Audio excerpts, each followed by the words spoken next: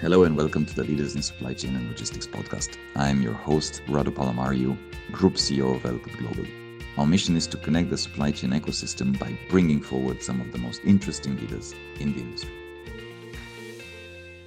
It is my pleasure to have with us today Karin Shanahan, who is the EVP and Chief Supply Chain and Operations Officer for Bristol Myers Squibb. She's a member of the Executive Committee, the leader of an 11,000-person global organization across 80 markets. She oversees product development, quality, manufacturing, supply chain, and operations. She has had a long-standing career. She has done pretty much everything that there is to do in supply chain and operations in many markets, many different roles. And I'm delighted to have her with us today to share more about her work as well as her career. Karin, welcome. Thank you for having me. I'm really thrilled to be here, Radu. Super. So maybe let's start, as we always do, a little bit about yourself personally and your key inflection point. So making it to the board, one of the largest companies, life sciences companies in the world. It's typically when you look back, certain moments in that journey that were really key inflection points that really made you who you are today. What would you say those moments are for you and why? Yeah, I can think of two or three. First may not seem like a real inflection point, but it was really very, very early in my career. I still lived in Berlin, Germany, where I grew up. I was working for the German government in rail operations, and I was there during the wall coming down. So the wall came down. We represented the West. There were agreements between the East and the West rail companies. And at a very young age, I was thrown into a negotiation between the East and the West rail companies. And it was in that negotiation that I learned a couple of things. One is compromise is not a bad thing. It helps to really understand both sides of it. But more importantly, I learned that everything's negotiable and that most of the times rules exist as a construct as part of something larger. And that'll make sense as we get into this a little bit more. The second part was really around early in my career at Bristol Myers Squibb. I spent a lot of time in, to your point, supply chain jobs. Started in procurement, went into supply chain, did a lot of project work. I was fortunate to really have the opportunity to work on one project in particular, which was what we called the product development and commercialization process. The operations supply chain component of Bristol Myers Squibb hadn't been involved in those discussions. It was really R&D and marketing that were having the conversations. And so I was kind of put in the middle of this to figure out where do the operations and supply chain fit into the PD&C process. And as a consequence of that, there were a couple of things that came out of it. One is I had the opportunity to sit down with our customers, which would be the marketing and the R&D organizations, to really understand what they valued, what they needed from our organization.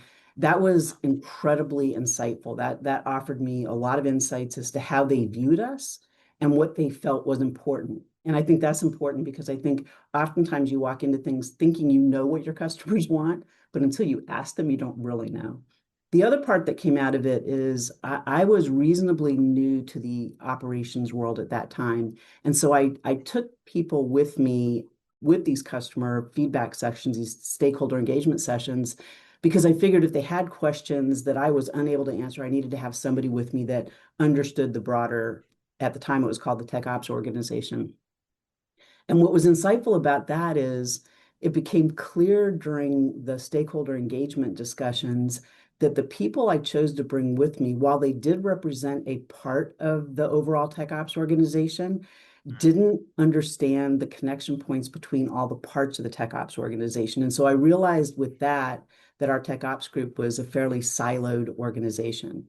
And I think that serves as an inflection point in the sense of it really fed into how I embraced the role I am in today when I came back to Bristol Myers Squibb.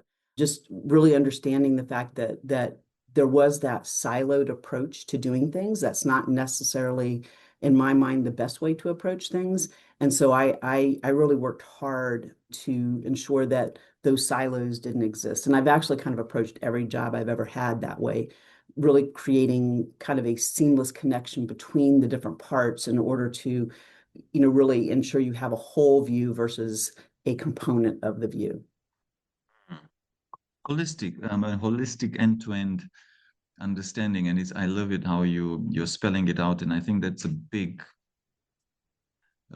limitation, let's call it like that, for a lot of supply chain and operations professionals, that they don't move around enough, and that's fine. I mean, you can be the best lean expert, Six Sigma expert, for example, and you really Mhm. stay in a narrow field and you really become the expert. That's okay. It's just that if you want to be in an end-to-end role like a CEO or CSCO, anything to do with an executive board, you need to have an end-to-end understanding. You need to understand how commercial, what they need from you. You need to go to the end client, right? Your patient in the hospital, how does that work? And I love how well you articulated that.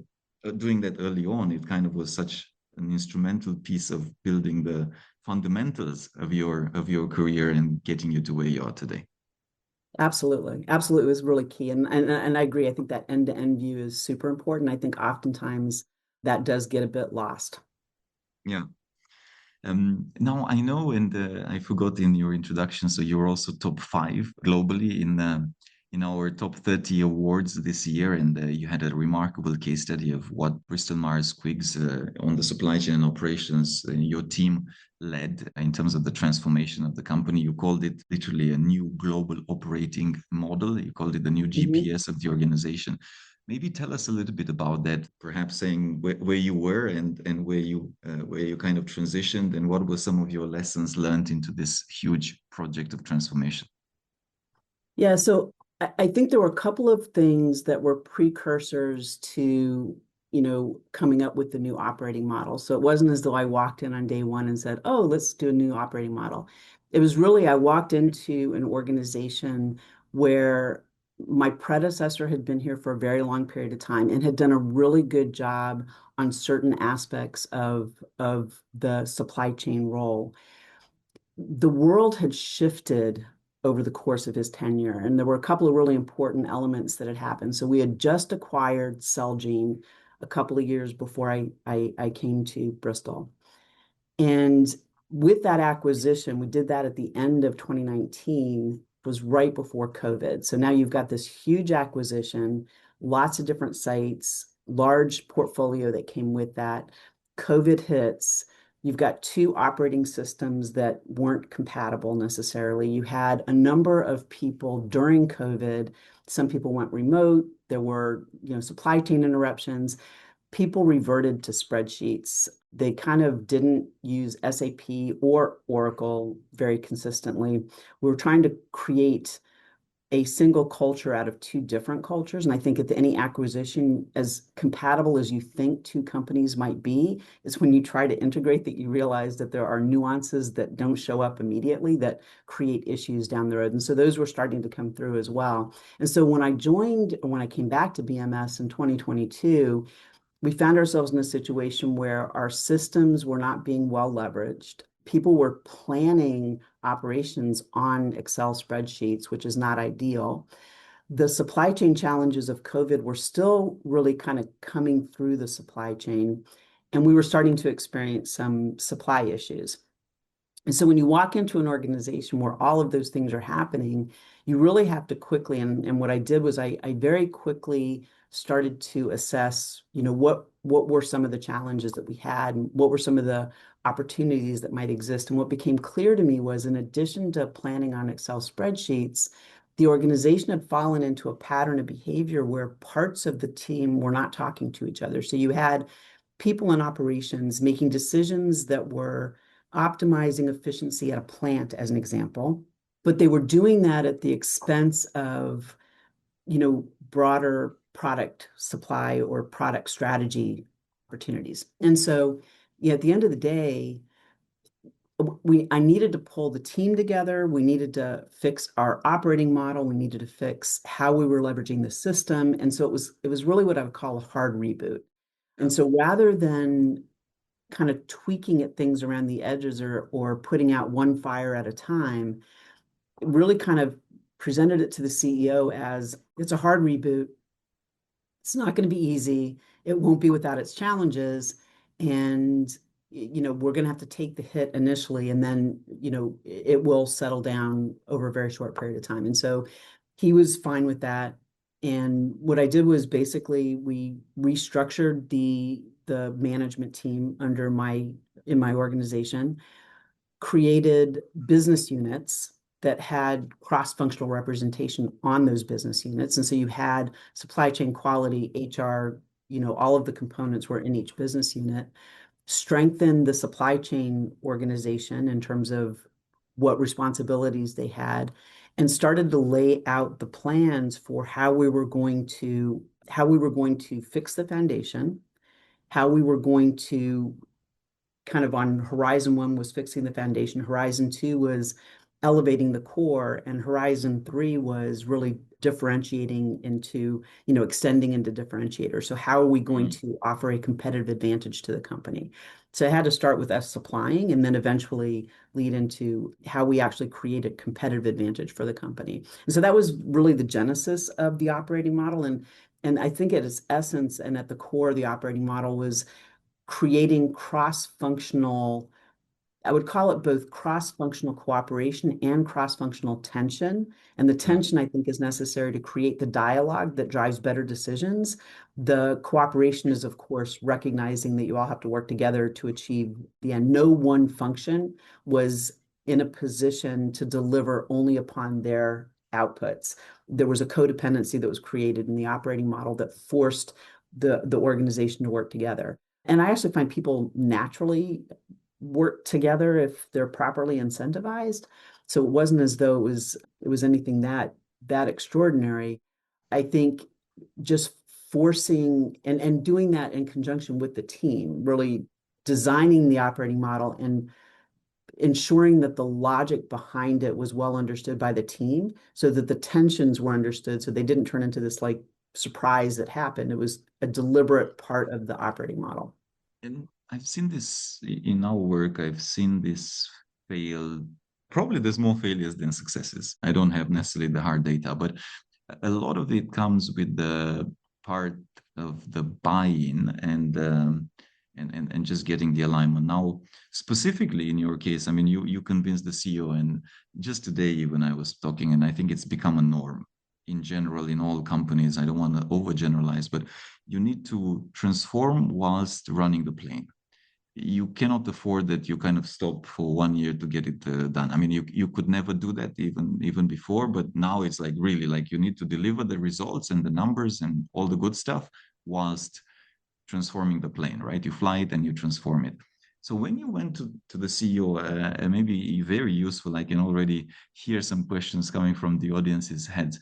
Were there some not secret, but what's the leverage? What's the levers? How do you get this accepted and vetted at the CEO level? What that did the CEO really care about when you went through with the proposal?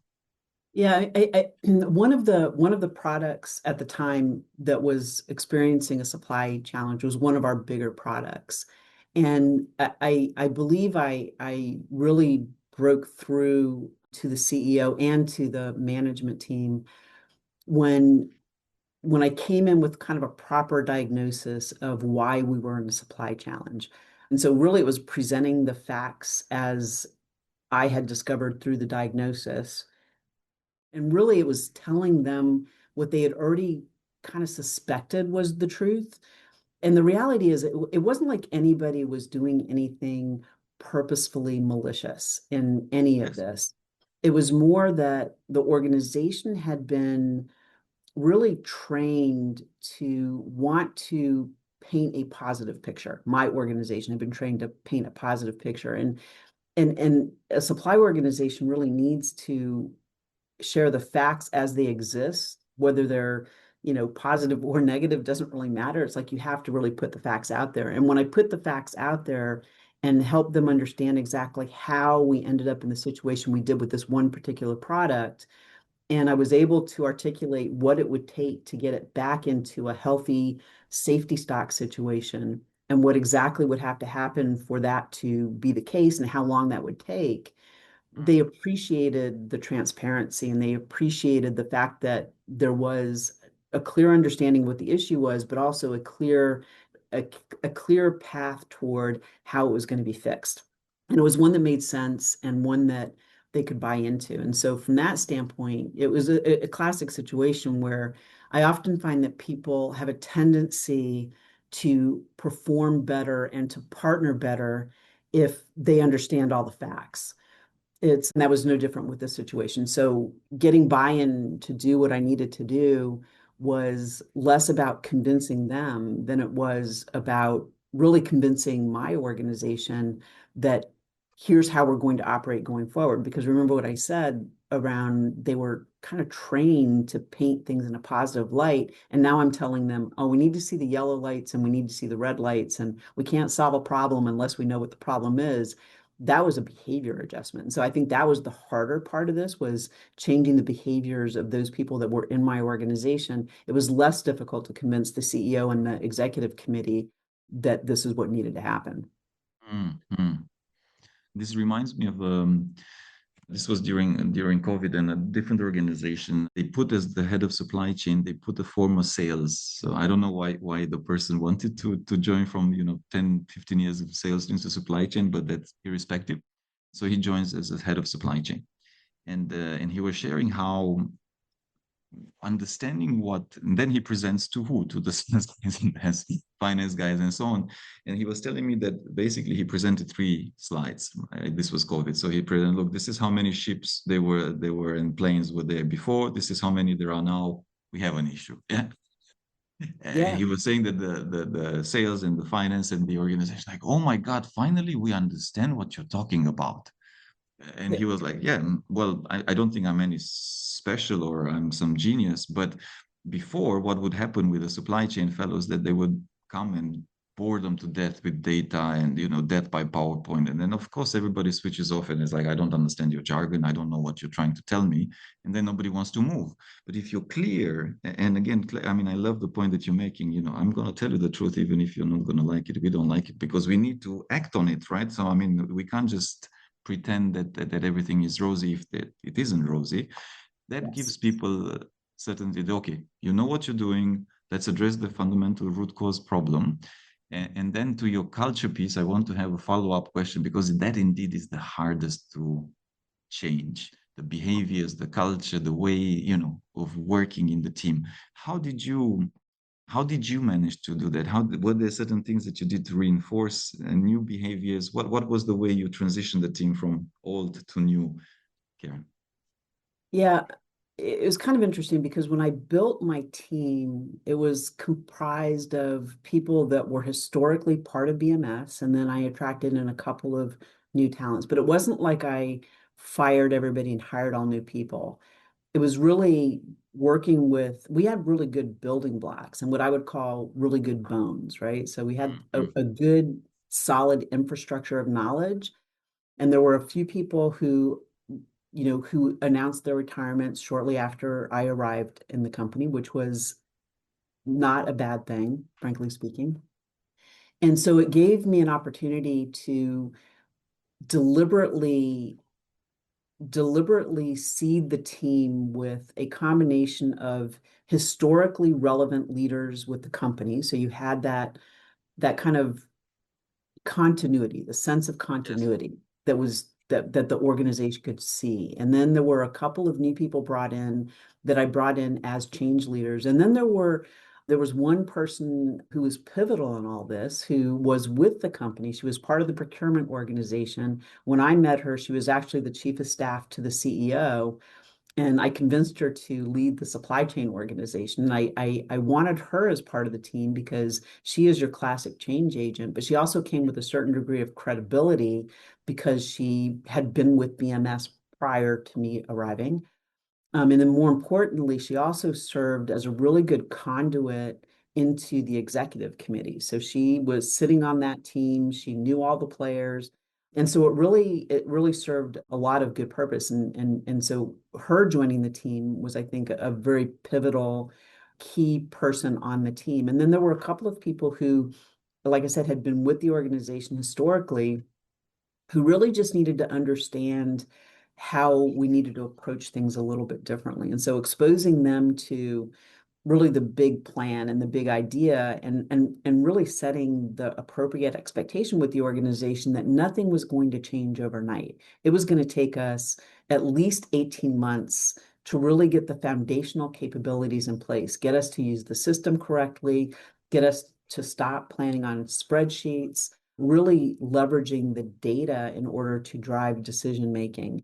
And I'll say there were as many skeptics as there were people in the organization who were really happy to hear that we were going to start leveraging data, that we were going to make data-driven decisions.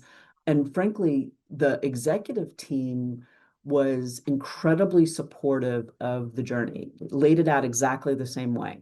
It'll be 18 months before we fix the foundational elements.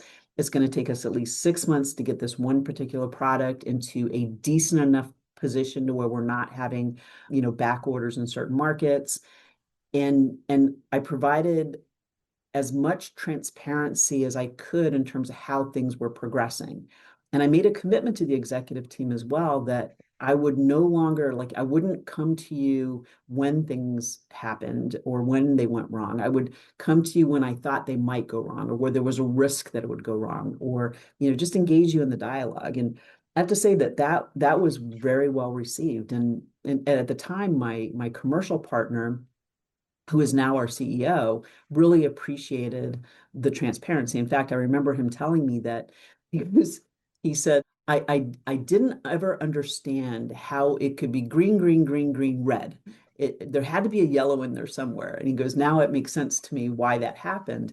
And he really appreciated the transparency, and he appreciated the partnership. He appreciated being part of the solution because we had to actually enhance our executive S&OP process.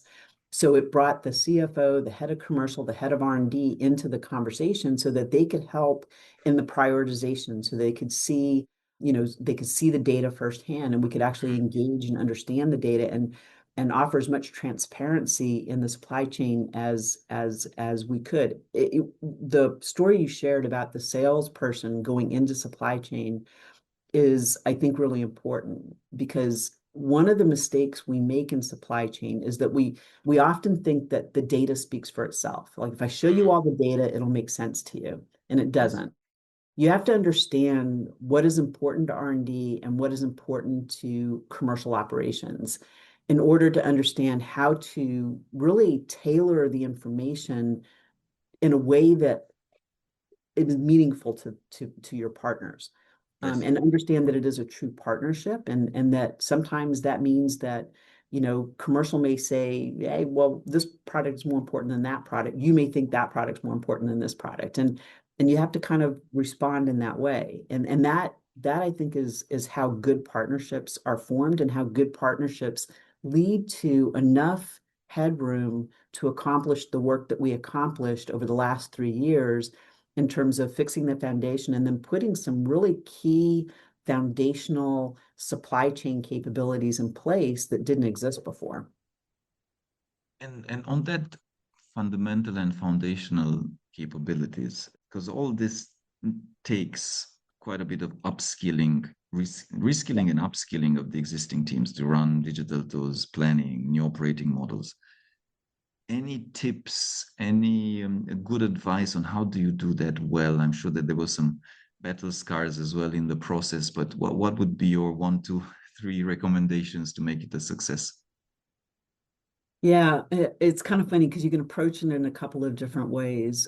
We as a team chose to approach it in a rip the Band-Aid off a way, because we basically said we could go layer by layer, organization by organization. We could go at it slowly, but everybody was more in favor of a heavy lift up front to really design the organization. And then in designing the organization, you define the roles, and then you go through the process of figuring out who goes into those roles. That process was not easy on anybody. It was hard on the people that were in the organization, because now they had to basically interview for jobs they thought they were already doing. Yeah. It was a difficult and heavy burden on the team at the time, because what they signed up for was designing an organization, defining the roles within that organization, and then going through the process of interviewing sometimes hundreds of people for all of the roles that existed. So it was a heavy lift on the HR organization. It was a heavy lift on the finance team. It was a heavy lift on my team, some of whom were still new to the company and new to their roles. And it was very disruptive to the organization. But what we did up front before we began any of it was at a town hall, we really framed for the organization, here is what we are going to do, and here's why we're going to do it. And it's going to be painful. And it is going to feel very disruptive and disorienting for people. But, please be patient with us and please join us in this journey. And, we guarantee that the world will be a better place 18 months from now when we get through the thick of it. And, surprisingly, everybody, with almost no exceptions, enthusiastically signed up for the journey. And I think, again, it comes, so we literally wrote a book on what makes a great CEO and chief supply chain officer. And the conclusion to that book was a model called chain model, easy to remember. The N stands for narrative. And that's an art, whether you're in supply chain or any leadership position, to be fair, because to be able to paint a picture, to clearly articulate why we are doing it and what's the outcome, and then to do it in a way that everybody understands is hard. Simplicity is the ultimate sophistication. That is a hard thing to do, because unless you do that, then people don't follow, because we don't like change, period. I don't like to change where I keep my socks. When my wife changes where she puts the socks in the drawers, I get mad. So in general, very few people, let's say 5%, are maybe a bit crazy and they like change, but 95% of this don't. You don't want to change things.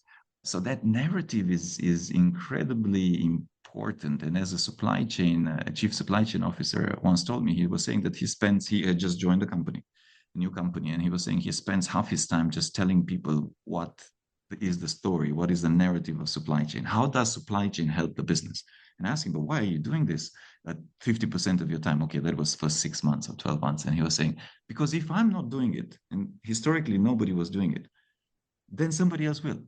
Then finance will, then sales will, then whoever will. And it's not that they're ill intent, but most likely they're not going to paint the appropriate picture. And then it's your budgets that get impacted, it's your influence that get impacted. And in general, it's the organization, and it diminishes the whole role of the function. So if you manage to portray that narrative in the correct way, then it kind of falls into place. And I love how you kind of follow those building blocks, and then the adoption, as far as I'm hearing it, followed. Yeah, it did. It was actually a very satisfying process. And to be honest, and it kind of speaks to the point you just made regarding the narrative being very important. The heavy lift for me was really, and not because it was, maybe heavy is a bit overstated. I spent a lot of my first year with the company with my peer group at the executive committee level. And that wasn't like a natural place for me to spend my time, not because I don't enjoy the partnership and I don't enjoy the large, enterprise wide view, or, connecting the dots across the enterprise, but more because my tendency was to want to be with my team and to really get involved, roll up my sleeves and get involved in the actual work of making the changes. But where I benefited the organization, and my role at the time was really to ensure that I was bringing everybody along for the journey. And so that narrative became very important. The time I spent with R&D, the time I spent with commercial, the time I spent with our finance community, our HR team, and our CIO too, just really to help people understand the journey that, whether they personally were signed up for or not, their team was signed up to actually deliver it too. And that built a lot of support, and it built a lot of goodwill was formed during that time, in the sense of, I never painted a picture that everything would always be perfect. I mean, the one thing we say in operations and supply chain is that the best planning, the best systems, the best sites, you can never predict what's going to happen. My first manufacturing site, I was new to the role. I'd been in the role for maybe 6 months at the time, and it was a radiopharmaceutical site up in Massachusetts. And I was learning everything about the different functions and really spending time on the floor and really understanding the operations, understanding the business. And you thought we were really making progress in terms of some efficiencies gained and really things were running pretty smoothly. And then two squirrels ran into a transformer and shut down the entire plant for two Oh, days. And I'm like, and I tell that story because I'm like, you cannot predict what is going to happen. What you can do is you can try to build a muscle set that responds well when things do go wrong, right? And so you all you can do is make sure that you can react when things happen and that you've got yes. enough good muscle memory built around the organization to where you can recover when those things that cannot possibly be predicted happen. And so from that standpoint, I share that story with the people at, my peers at the executive team level, because I don't ever want to paint a picture that with all of the investment we were making, there was no way I was ever going to guarantee that there would never be any issues. But what I would guarantee is transparency. And so that's really what served as a foundation. And now I think about the conversations I have with my peers. This is almost 4 years later. We're talking about things like how my organization is able to deliver faster first-in-human clinical supplies and design formulations that are better suited to certain patient groups, and how we need to design new formulations for products that we've acquired, and overcome certain challenges with some of the newer molecules that we're addressing right now. Those are the conversations we're engaged in. I'm not having Yes. conversations anymore about I'm not getting clinical supplies, or I'm not getting supplies in, you know, a small market in somewhere. It's not about the examples of the places where we're not delivering. It's more about, okay, those things happen, and we know that you guys are going to address that, and we know that you are committed to addressing that. Now we're having conversations about what the team can actually deliver on a more meaningful level to our patients, to our overall global mission, to the enterprise. And it's not about these other pieces. Those were the conversations I was having up front, because Mm, people looked at my organization as the yes. organization didn't supply Turkey this one product 5 years ago. And Yes. so, that to me is a certain form of success. It's the ultimate in my view, because it means you're clearly a business partner and a business enabler, as opposed Yep. to a cost center or transactional type of okay, you just get my stuff delivered and leave me alone. A type of a relationship that exists still in a lot of companies. Final question from me, Karen. AI everywhere. We're all going to lose our jobs. There's doom and gloom. There's also some people that says there's going to be more jobs created. I don't believe that, to be fair with you. I think AI is going to transform a lot of things. It hasn't yet happened. I think for now it's a big buzzword, but it's going to happen increasingly. Mhm. My question is more around, let's say that you graduate now as a young student, and you finish your university. What would be some one or two pieces of advice you would give in this age of AI to newcomers? How do they build their careers? How should they think about it? What would be your 2 cents about that? Yeah, it's interesting because I think that same question gets posed to different generations over time. And so really I would give the same advice I have always given to people just entering the workforce. And that is really take time at the beginning of your career, and even leading up to your career, to just allow yourself to be curious about things. Allow yourself to, like when you're new with a company, volunteer for the extra projects. If you've got an opportunity to move over to some other organization, do it, because the more you learn about a company, the more you learn about an industry, that's always going to be kind of the backbone of how technology is applied. And Mm, so if you enter the pharma industry as an example, take the time to really understand the pharma industry.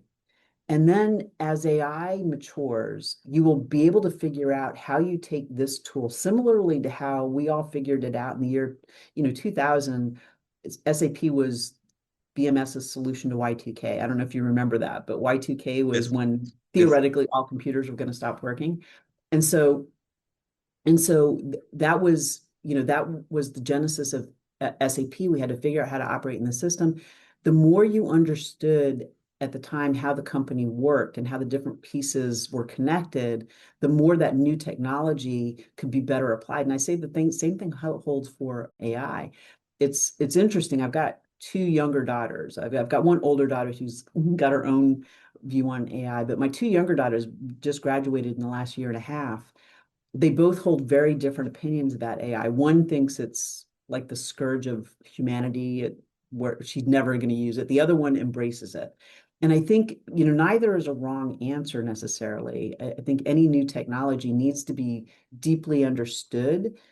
And, if you're early in your career, take the time to understand an industry, take the time to understand how value is created, take the time to figure out what you're good at and what you like to do, and then figure out how the technology can be applied in pursuing any of that. And I think that's kind of the thing about AI is there's a view of the future that says that AI will coexist with people, and you will start to see org charts created that have AI agents embedded in the org charts. And so they become part of the ecosystem. And then there are other visions of the future that basically say AI will only ever do the repetitive work that people aren't good at and will always be somehow controlled by people. And I think the truth probably lies somewhere in the middle of all that. I think AI does open up vast amounts of value, not just financially, but value in the sense of, look at the way it's applied in pharma